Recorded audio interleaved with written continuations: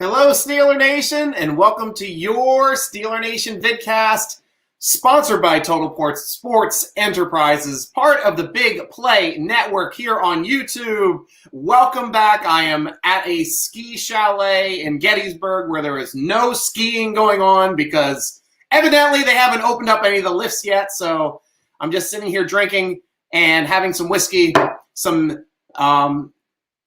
McConnell's whiskey. I'm drinking the McConnell's whiskey tonight. It's a very good whiskey. Sláinte, Steeler Nation, special Steeler Nation Ireland. Cheers. Sláinte. But today, we have some things to talk about.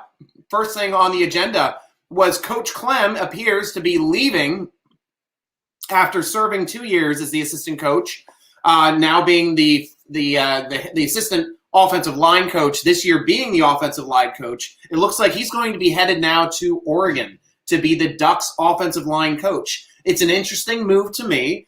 It's a transitional move. I know he's a West Coast guy. He's from California. Is he trying to move back maybe because he wants to be closer to the West Coast? Or was the writing on the wall for him being maybe getting the axe this season with the way the offensive line has performed? Personally, I don't know if he would have gotten the axe, because this offensive line has been so young and so patchwork throughout the year. Really, I can't see it as being his fault for everything falling apart. But you never know how the things are going to work out, and he knows for sure he's going to be able to go on over to Oregon and to get locked into that position, and it's a lot less stress, hopefully. But I know there's a lot more turnover in coaches with the college stuff, so we'll have to see how that works for him. But Godspeed to you. I hope it works out, Coach Clem. I know Banner loved you. He spoke glowingly of you, especially above Coach Serrett, who was your predecessor. We'll have to see if there's another internal, if Zim gets elevated then underneath of you to become the next offensive line coach for the Steelers. We'll find that out at the end of the season. Obviously, Clem will finish out this season with the Pittsburgh Steelers. I want to give a huge kudos to Najee Harris. Najee Harris, 300 touches into this season. 300 touches. 0 fumbles. 0. The guy's been insane. And that's exactly who we drafted coming out of college. All throughout 4 years of college, 2 fumbles. Some of them say only 1 fumble, depending on how you read and which way the stats are tracked. But the only fumble that we knew that was a legit fumble was the one that looked like it was held up by like 4 guys for like 5 seconds and the ball was ripped from his possession at the end of a game. So I'm not faulting him on that fumble. I'm not faulting him on any fumble this season because that's a reason why we drafted him. And that's a big reason, especially with a rookie running back. You cannot fumble the football. And that's a big thing. You get turnovers. It changes the game, especially with this young team that we have. We have to keep as many possessions as we can moving forward. Obviously, guys, this is live. You got any questions? You got some comments? Throw it over on the comment board. I'll be getting to that and everything very soon. Another rookie I wanted to talk about, too, is Kendrick Green. Obviously, he had those snapping issues in that Minnesota game. Turned out he had trouble wearing that glove. I don't know if he's ever going to wear a glove moving forward, but personally, I don't think he ever should wear a glove moving forward. Not even like Michael Jackson just wearing 1 glove. No gloves. Go out on the field, snap that football the best you can. You got big hands there, Rook, and do that. And also an interesting thing came out. Ben Roethlisberger in his interview today stated Kendrick Green, 100% of the offensive line calls. So anything that's coming in across the offensive line is going through Kendrick Green and his play calling. And this time of the year, we are now between Thanksgiving and New Year's Eve, and it's a special season now since 2020 happened. And for me, it's the most Covidiest time of the year, where the tight ends are sneezing and receivers are wheezing who caught the disease. It's the Covidiest time of the year. And damn it, if we didn't come out on the good side this time. Looks like the Kansas City Chiefs are off in their way through their COVID plan because they just got an outbreak. And I know that the league changed a lot of rules, but the biggest things are if the outbreak's happening and you're sick, you're not playing. And we've got a lot of Kansas City Chiefs here that are not playing. Let's go down the list of who is not playing for the Kansas City Chiefs. Wide receiver, Tyreek Hill.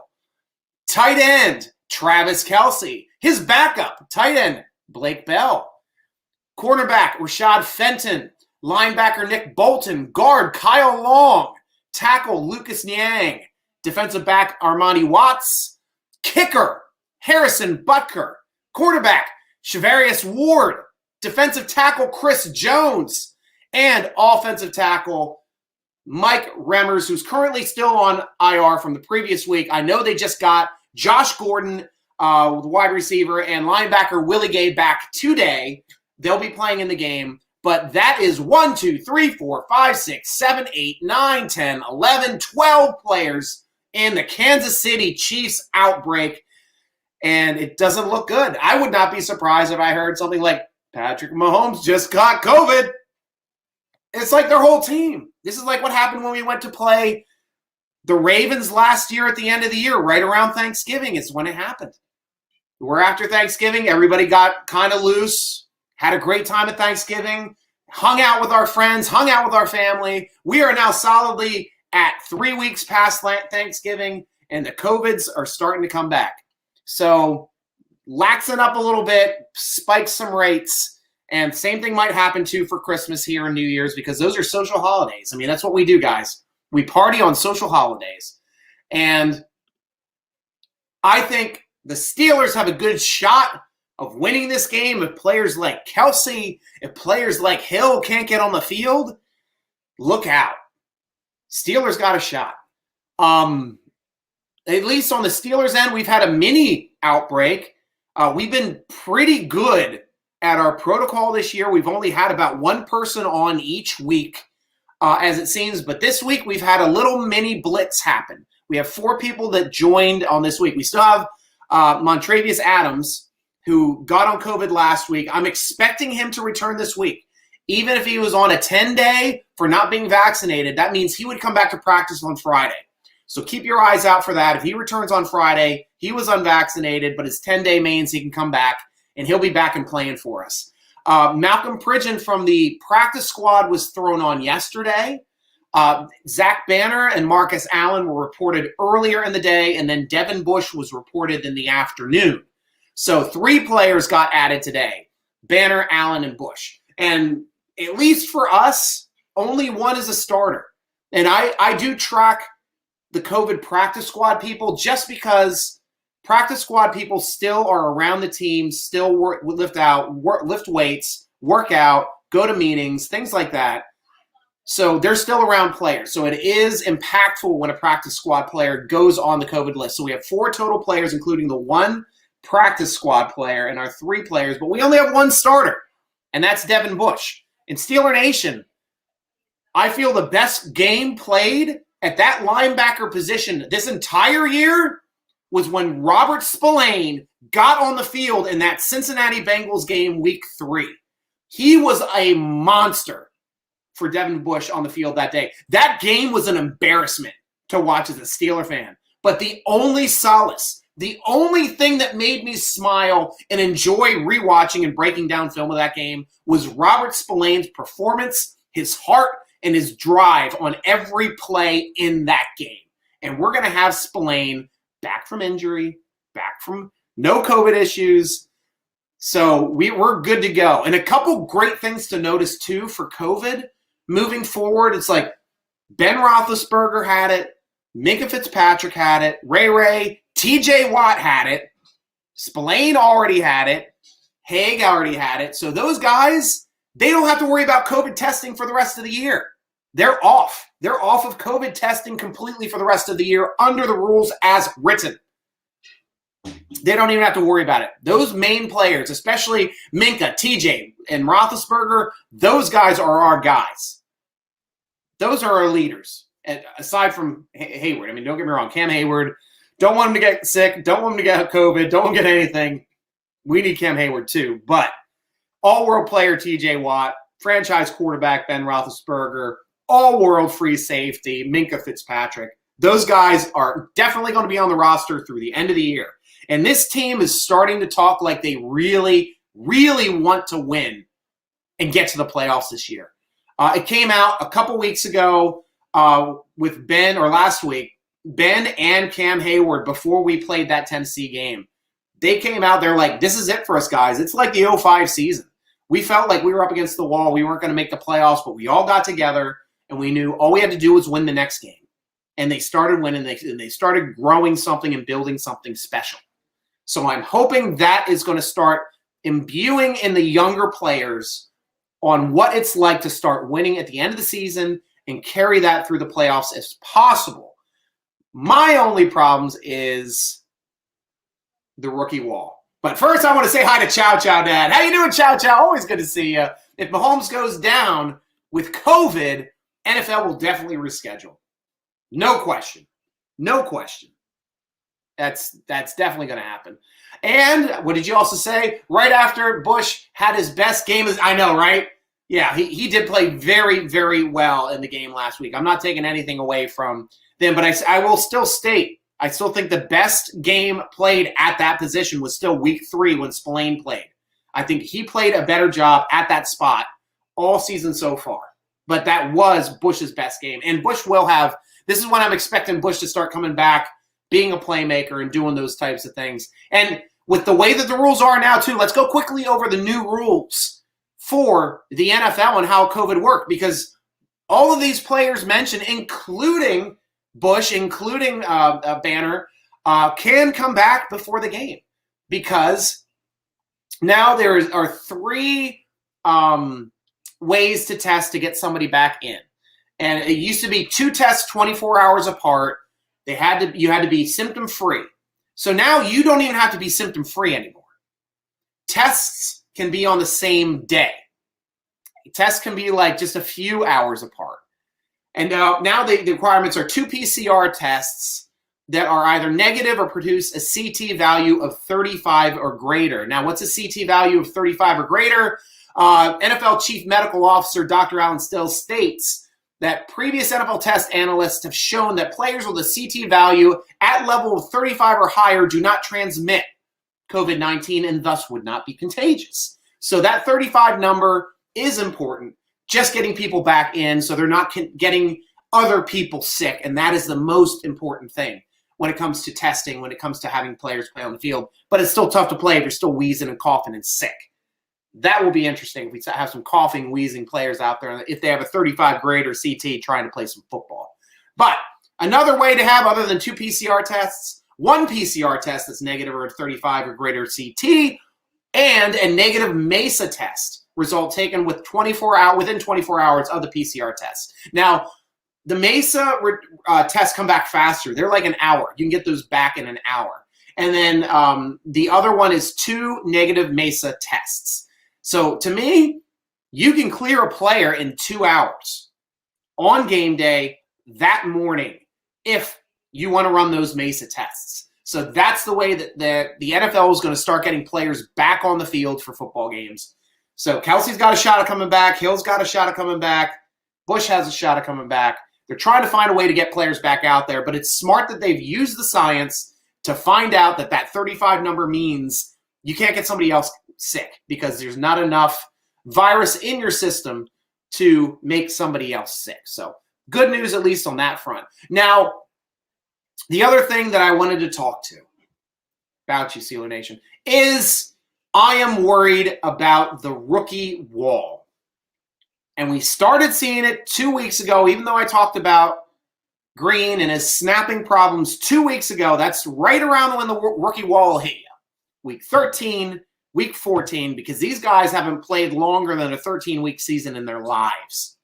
14 max if they play in the Final Four, whatever game that they make to give a championship series to whatever team, whatever they elect to have, which 4 teams play at the end. You can tell my disdain with college football and the way it's done, other than the other leagues which actually have actual tournaments within their conferences that place into an actual bracket and they play out 4 games for an actual championship.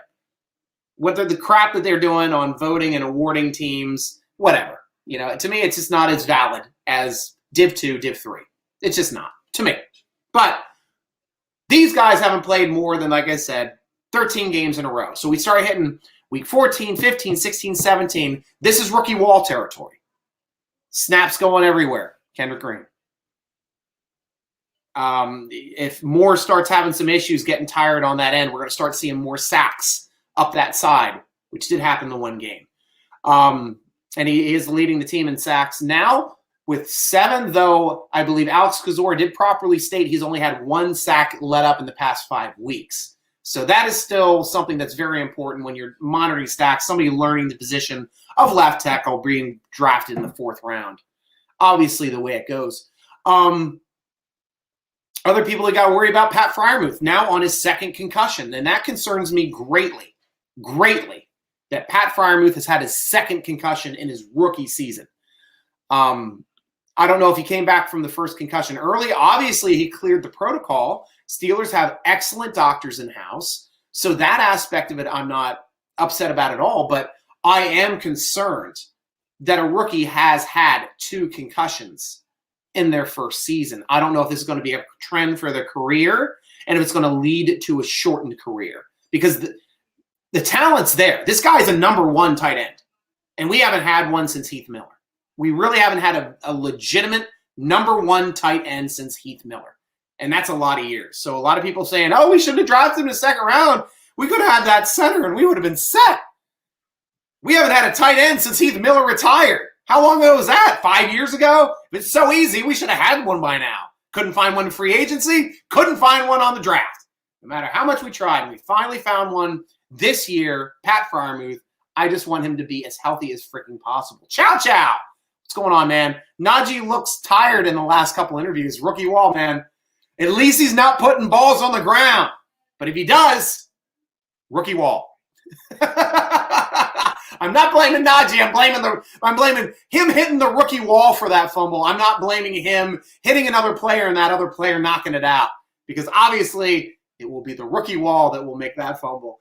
But that's important. Also, just watching these games and the cohesiveness of the offensive line did not look very cohesive against Minnesota. Did not look cohesive at all. They looked horrible in the beginning of that game against Tennessee. They looked laughable in the beginning of that game against Tennessee. They look like a team that just learned how to play football together in the beginning of that game against Tennessee. Don't get me wrong, Tennessee's got a great run defense, a smart coach, a great defensive-minded coach that knows how to stop the run and be disruptive in those A gaps and B gaps and get to the quarterback while trying to protect the rush. But, man, did they look bad. And that's a rookie situation, in my opinion. It's like, how do you get past the rookie wall? I don't know. I don't know if anybody's ever gotten past the rookie wall before, but we've got to rely on a rookie center. We got to rely on a rookie left tackle, a rookie running back, and a rookie tight end if he gets back from that concussion. It looks like our rookie punter hit the rookie wall last week.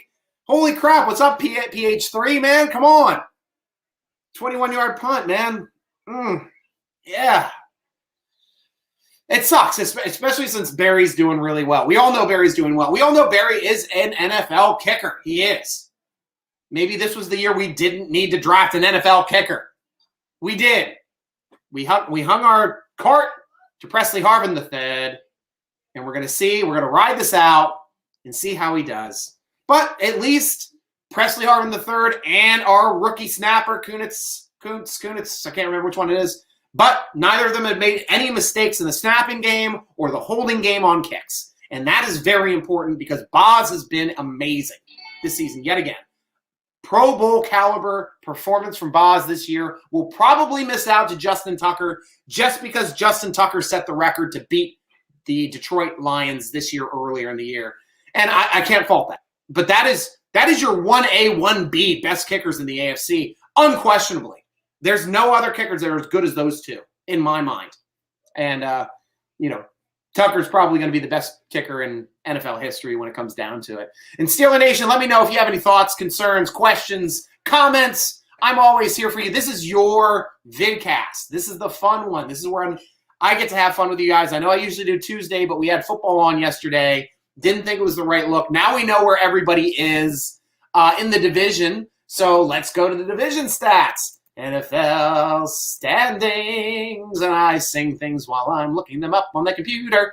So, In the division, Steelers are now solidly in third place with their 7-6-1 record.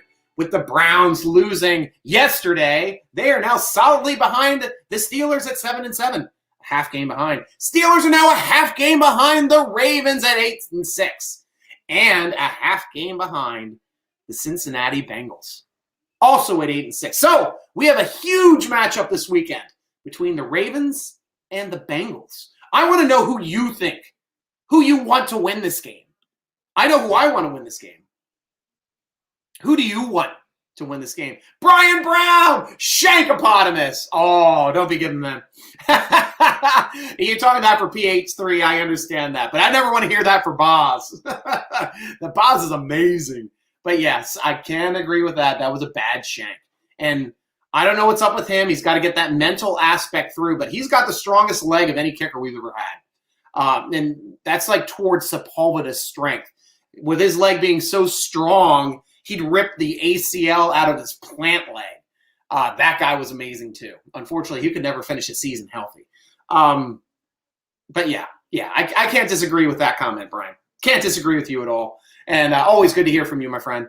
So who do you guys want to win between the Bengals and the Ravens this week?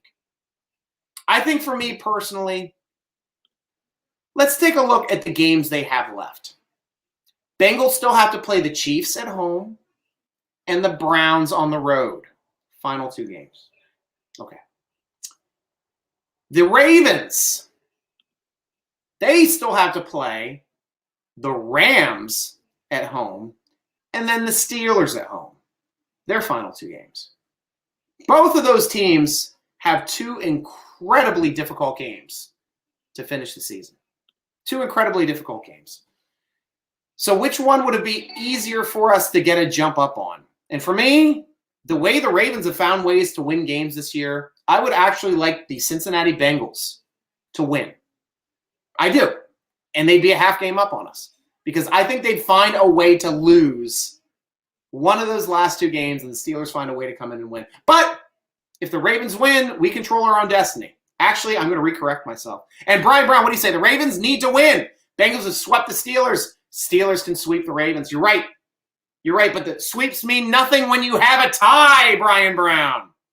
When you have that tie, that is the ultimate tiebreaker. All you have to have is the same amount of wins, and you are in.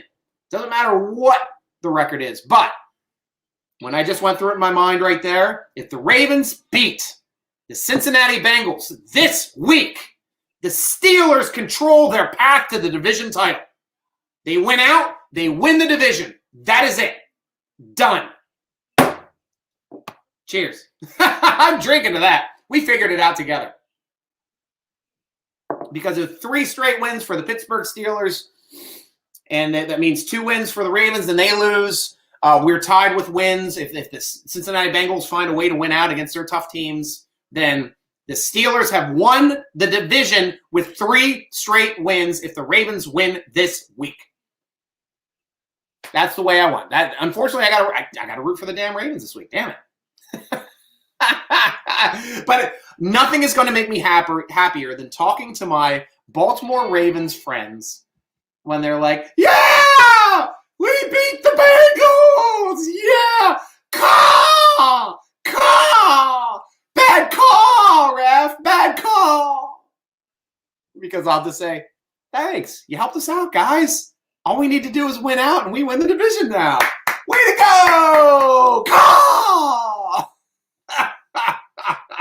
Man, I hate my Ravens friends. They're good people outside of the football season. They really are. Good people outside of the football season. And that's, I'm not even worried about the other aspects. And that's crazy. Like, the way this season has gone, this has been an insane season. We've completely had to rebuild the entire offensive line.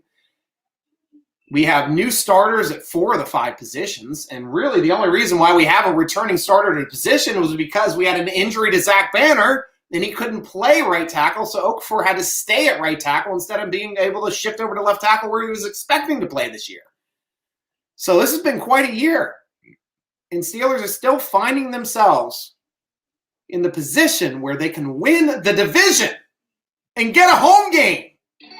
How crazy is that, guys? How crazy is that? It's just been a crazy year. I mean, I'm not going to say they're going to do it. I'm not going to say it's a definite. They can still lose 1 and win 2 and still have a chance to make the playoffs with that tie being that ultimate tiebreaker to push them into the playoffs. It'll be interesting to see if the Steelers, what the Steelers do or how the Steelers finally figure out a way to get to the playoffs. Because I'm always interested in seeing that kind of stuff. Ben Brown! After all the Steelers bashing by sports media, it would be nice if the Steelers wind up winning the division. Exactly. Especially like, Brian, look at that freaking, what is it? Those NFL polls, which are just hilarious because polls mean nothing in the NFL. They mean everything in college football, but they mean absolutely nothing in the NFL.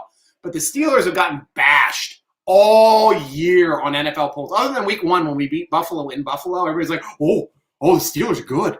Oh, they're a top 5 team. They're in the poll. Oh, let's put them on the top 4 in the poll.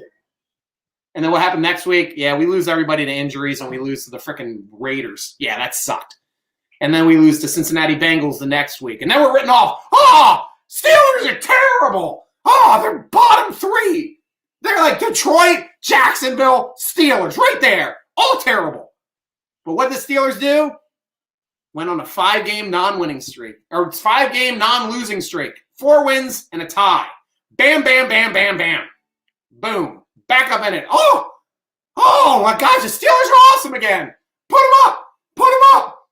And then what happens? The Steelers lose a couple games. We've had a rough period here the last couple weeks. But I still have high hopes for the Steelers finding a way to figure it out to get to the championships. Brian Brown, I like the first path myself. Division champs. Screw this wild card crap. I'm with you, Brian. Ravens win this weekend. Steelers run the table. Division champs. Nothing would make me happier. Nothing in my life this season would make me happier than to see the Steelers playing the last game of the season in Baltimore for the division championship and beating them on their home court. That's it. That is my zeitgeist to this season. That is what I want to see. Merry Christmas. Happy New Year. Knock them down a peg. Steelers won the division. They're going to the playoffs. That's the way. Because that would be the ultimate dig to all of my Baltimore Ravens fans. And they can complain about all the bad calls that they want. But the Steelers, they know how to play they know how to play running teams. This is the Steelers can play against running teams.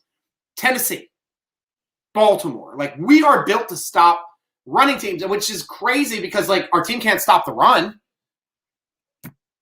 So how does that work? I don't know. It's these passing teams that normally don't run that just end up gashing us all day on the ground. Freaking Herbert running for like 100 yards on us. Shiza. I mean, come on. What is this crap? I can't explain it. This has been a weird season. This has been an absolutely weird. Oh, I can't. Okay, let's go back. Let's break this down now on a defensive platform. Why has the defense been so inconsistent at stopping the run? And I will state one big keystone player that just really has gone under the radar this season and maybe went on the radar last season as well. When anytime he was injured, the Steelers could not win games. And that's Joe Hayden. Joe Hayden seems to be a keystone player for the Steelers defense. And with him on one side, locking down the play on his side, making the big game-saving tackle, blew up the guy with the worst spot that I've ever seen as a Pittsburgh Steeler fan, where they gave him 1.5 yards on that perfect form tackle where he didn't even hit the 10. Gorgeous tackle. I was like, just let it go to replay. He's freaking got it. Just please let it go to replay. He freaking made that tackle, and he did. He laid the wood, tackled him 1.5 yards short. Not short. 1.5 yards short. Hayden stopped that play, and he's the reason why the Steelers won last week. And that's the other guy we've been missing on the defense. There's a reason why they could only score 13 points in that game. Hayden was back. Now we got Hayden back.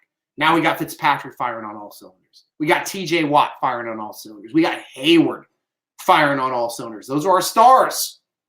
Those are the 4 guys we need to be playing at their best. So all the other cast players can make plays at their own rate. Worley might get a couple sacks one game. Schobert might get an interception one game. Highsmith might get a couple sacks one game. This is how this defense is supposed to work. Playmakers make the plays. Your support players support, fill in, and then end up cleaning up on the plays that they are making. And that makes for a great defense. Hold a team to 13 points, we are always going to win those games. Always. Steelers are overdue for some turnovers. Hopefully they continue. I agree 100% too, Brian Brown. 100%. And it's the way that this defense is set up. I mean, when you can't stop a team from running the football, you have to get turnovers. This is the league now. I mean, this is the game is made so much easier to move the football down the field than it is to stop the football from coming down the field into the end zone. That turnovers are the ultimate equalizer in any game. The team can be the best running team in the league. You get the turnovers, you're winning the game. And that happened against Tennessee. One of the best rushing teams in the league, period. No question. But we'll see how it goes moving forward. Kenny Beamer, what's up? How you doing, Kenny? Good to talk to you, man. If you got any questions, let me know. We're getting down toward the end. It's been a bit quieter. We've been talking about the rookie wall. We've been talking about the COVID situation. We just went through about what's going on with the defense. And I know you've heard that aspect of it. But Joe Hayden is more important in this defense than I thought for sure that he ever was going to be. And Brian's, again, in Kansas City is due for a loss. Might as well be against the Steelers do it. Look, if the Kansas City Chiefs, if they end up playing this game on Sunday as scheduled, and they're missing a majority of these players that are currently on the COVID list, Steelers have a really good chance of competing and winning this game. They really do. And honestly, the one thing that I love about playing Andy Reid, he's consistent. He's consistent in his play calling. He's consistent in his strategies. And he's consistent in the way he tries to attack teams week in and week out. Much like Bill Cowher. That's why Bill Cowher had problems in the playoffs. Because he was the same coach in the regular season as he was in the postseason. And the coaches, to me, that do better are the coaches that throw in some wrinkles in the postseason from what they were doing in the preseason. So when Cowher and Wisenhunt, wasn't it, that started doing that in 2005, doing a gadget play every game, didn't know when it was going to come. Those gadget plays, all of them hit. Big gadget play in that Cincinnati playoff game for a long touchdown. Big gadget play I don't remember a gadget play in the Indy game now. I remember them stealing that interception back from Troy Polamalu after the player intercepted the ball. That's all you need to say. The player intercepted the ball. It's possession. But no, he got up and lost the football. That's not the way it works. You missed that call. Bad call. And, of course, the big fumble. Oh, my gosh. And Ben's tackle. I don't remember any, big plays in that one. In the Denver game, we got up so quickly in that game, I don't even remember if we even ran one. I don't even think we had to. But in the Super Bowl, the reverse X pass, Randall L. coming around the backside, Ben throwing a block, throwing deep to Ward, wide open, touchdown. I mean, that's it. That's why you won, because you were doing stuff that normally you weren't doing in the regular season. So that's the way it's going. How's the tour going? Thanks, Kenny. Yeah, it's going pretty good. I'm kind of back home, I guess. So went from my place to Knoxville to Hammond, Louisiana, which is just north of New Orleans. We were there for a weekend at the Renaissance Festival. My brother's a blacksmith. He was finishing up. I got to work a blacksmithing knife store / pipe store in my Irish outfit and my Irish brogue, and I had a blast. And we stayed in the RV, and we started driving the RV out toward the blacksmithing shop in Austin, Texas, until I lost my transmission in Houston. So RV is still in Houston. Rental car to Austin. Played in Austin for a bit. Worked out at the shop for a bit. Drove back to Houston. Flew back home. RV's still there getting repaired. But I'll be flying out to pick her up probably around the 10th of January and doing a little tour out there for my Pepsi work. So the tour's going good. Currently, I'm up in the Gettysburg area where we were supposed to be up here for a ski trip, except Liberty Mountain Ski Liberty is closed because they don't have enough snow yet, and it's not cold enough yet. So good thing we didn't pre-purchase our tickets to ski. But we got a nice place, a nice hot tub. We're on the lake. We're enjoying ourselves. Good times. Good times. Kenny, again, asking, heard some rumors that the game may get moved to a different day. And that is true. It may. It may. Right now, Coach Reed stated he hasn't heard the NFL has stated it's going to move yet. But with so many people and an outbreak, it may get moved. Now, if no other people new get added to this list, like, and especially somebody like Mahomes doesn't get added to this list, it might not get moved at all. And we might just end up playing on Sunday. And that would be awesome because I'd like to play a depleted Kansas City team on Sunday. Give us an advantage. Give us an advantage.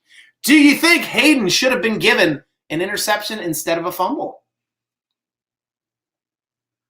Man, yeah, because he caught the fumble. Yeah, no, because technically the player had possession first. So I understand that it was still very close. But if the offensive player had any possession and then fumbles the football, it technically is a recovered fumble. So he intercepted the fumble before it hit the ground, but didn't get an interception. But yeah, I can see how that plays. Either way, it's a turnover. And that's a +1 in the turnover category. And I will take that every time. I don't care how it's listed. You can call it whatever you want. As long as we get the football, bonus. That's how we won that game. 4 turnovers took us to win that game, barely, by a score. And thank goodness, too, for Hayden not only getting that fumble, but decleating that guy and knocking him off his feet 1.5 yards short of that spot, that terrible spot that they throw on that field, where everybody's on the ground looking. Tannehill's on the ground. Oh, I see. And they're like, that's how they make noises as opposed to talking. So that's always good. Good luck, brother. Thank you, man. I appreciate that. But yeah, it was, one of the craziest endings, but that's why we watch football. We watch football for the drama. We watch football for the suspense, for the big plays, for the wins. I mean, it was a crazy game. It was a defensive game. It needed the big plays by our big players, and they found a way to win. And to me, that's still as exhilarating and as enjoyable as winning a game on a final touchdown, because I love it when the defense wins games. I'm a defensive guy. I grew up in the mid-'80s watching Steeler football, and we only won the games when our defense was playing good. So I grew up watching defensive football. I love it. Absolutely love it. That's why I like watching Ravens games, to tell you the truth. I like the way that they find ways to win on defense, too. They're an interesting team to watch, and they are built exactly the way the Steelers teams used to be built. So it's really an interesting, you got to go with what works. The reason why they're doing what we're doing is because they've had their coaching staff and everybody in the same situation for basically a year less than Tomlin. And if we want to do what the Steelers do, we got to keep our coaches. We got to make the right choices in coaching staff. We got to make the right coaches at GM. We got to pick the right players that fit our system in the draft. And they build through the draft, just like we do. They pick a lot more defensive players earlier than we do, but it's the way it goes. And Brian says, and yet he dropped it. Probably would have been incomplete the way the game was being wrapped. Right? Good call. Kenny Beamer, thank God for Boz, of course. Boz, I said earlier in the show, too, I think he is Pro Bowl worthy this year, but with Justin Tucker hitting breaking the NFL record for the longest field goal to win on the last play against Detroit, that gave his team the win. He's probably making the Pro Bowl just for that, and he's going to make the All-Pro for that as well. He'll get all those votes. But to me, it's it's not a 1-2. It's a 1A, 1B. It's these guys, they've been really fighting back and forth for who's the best kicker in the AFC the last couple of years. Other than one terrible down year where I think Boz was kicking injured that whole year. Other than that, Boz has been freaking money, and I love watching him kick, especially when it's over 50 yards. Brian Brown, I love games when the other team should win, but the Steelers defense wrecks the game. Exactly. Even going back to that Ravens game last year when we played that one in Baltimore, I mean, it started off great early when Spillane had that pick 6. in that game. But Steelers got up. They last possession. They had a drive to come back down in that game to win that game at the end of the game. Last play of the game, Lamar Jackson throwing into the end zone. And what happens? Minka Fitzpatrick comes up and bats that crap down to the ground. Steelers win! That's an enjoyable victory for my team. I love seeing games like that. Yeah, I get as excited as those. It's even the high drama of the outlaw Jesse James dropping that touchdown pass against the freaking New England Patriots when we won that game, honestly. And they rewrote the rules because of it, because he had possession, he turned and he tried to advance. He lost it when he tried to advance, not when he turned. He had possession. Absolute horrible call. And there was still no replay. You cannot convince me in any way, shape, or form of any replay that shows that the ball was definitively on the ground. It wasn't. It wasn't. It was ruled a touchdown on the field. That's the thing that chapped my ass the most. That definitely chapped my ass the most. Brian Brown. It happened in Buffalo. Yep. Any game. And that was a big one too, because Buffalo, that's a team that's all the Super Bowl talk. This is the team to beat this year. This is the team that's going to win it all. And now what happened? Patriots smacked them down. Patriots are back at the top. Hey, Buffalo, do you enjoy that year at the top? How did that year feel at the top of the division? Bam! We got a rookie quarterback. He's winning games for us now. We'll see you in another 10 years. Hopefully you get your shit together. Man, that must be sucked to be a Buffalo fan. And I love dude, I jump on the Buffalo podcast every year with the the Overdue Bills podcast, which is the best name for any Buffalo Bill themed podcast, in my opinion. The Overdue Bills. And I joke, and I love those guys. And they even sent me a T-shirt, and I wear those T-shirts some weeks when they're playing. The Steelers aren't, and I'm showing my support for Buffalo just because they're such great guys. And Buffalo's not far from Pittsburgh, man. At least they're not Cleveland. But it just saddens me to see that Buffalo fans have waited for Tom Brady to leave the division for so long, won the division. They're like, it's our division forever. It's our division. Oh, we get to for a year. What? We're supposed to win the division every year now. Who's this rookie? What's going on? Hi, sweetie. What's going on? Yeah, that's got to suck. I'm sorry, Buffalo fans. I'm really sorry. Who gets the game ball at Tennessee for the Steelers? I say Joe. I agree with you. I think Joe Hayden. Honestly, I am 100% with you for Joe Hayden. He got a turnover, made the big play at the end of the game to seal the victory, and then plus that was his first game back. And I have this on my sheet right here. I got my Steelers spreadsheet right here. I got to look up Joe Hayden and when he came back and how many games he was out for. But Joe Hayden was out for 4 games, 4 straight games. So for him to come back, being out for 4 games off, being on a pitch count, which he stated he was on a snap count because of him being out for so long, his limited time in practices, and then coming back to play in that game and play at such a high level. Hell yeah. Hands down. Boom. Joe Hayden would be my game ball as well. I can't lie about that because Steelers couldn't find a way to really get a good touchdown. Other than Ben. Ben, congratulations for doing a quarterback sneak. That's a trick play. Anytime we run a quarterback sneak, that is a freaking trick play because it's not even in our playbook. I think I can only remember running 2 quarterback sneaks in the past 6 years. 2. That were with Ben. I think Rudolph ran one as well. But I think we only ran 2 total quarterback sneaks in the past 6 years with Ben. Which you're just like, oh, we don't want to get hurt. It's like, what do you mean you don't want to get hurt? He should be calling the quarterback sneak. Tom Brady's the one calling quarterback sneaks for his team. He's slapping his center in the ass, giving his guard a nudge, and then yelling, "Rah!" And then they go. Same size. He's about an inch taller than Tom Brady. But both big guys. Big Ben should be able to get a freaking quarterback sneak every time. It just looks like he goes to the fetal position before he goes forward. Like, I don't understand that, Ben. Like, you're the biggest guy ever. You should just be like, brr. Reach over the edge. First down. Yeah, first down. 2 in a row? I'm hoping so, Brian. Brian, I'm hoping it's 4 in a row and we end up winning the division. We're still able to win this division. How crazy is that? Crazy. Absolutely crazy. Any more questions, Steeler Nation? Because I pretty much run through everything I've had to talk about today. I'm going to start running through my stuff, and I'll check back in. If you got one more question or comment, I'll go to you before I sign off. But I'm going to start doing my sign-outs for the end of the show. So, Steeler Nation, be sure to check us out.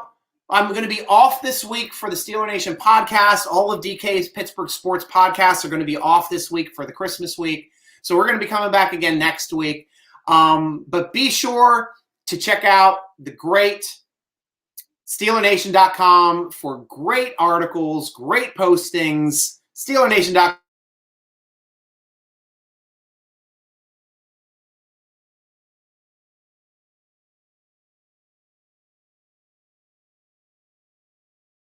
Week as well. Tweet us at Steeler Nation. Instagram us at SteelerNation.com. Follow the Steeler Nation podcast on Twitter at _SN podcast or Instagram at Steeler Nation podcast. And you can follow your lovely host, Steeler Nation Stryker, on Twitter and Instagram at SN Stryker. Stryker spelled with a Y. There we go. Brian's got a comment. The Buzzards should record your call and play it at the stadium. Call! Bad call, ref!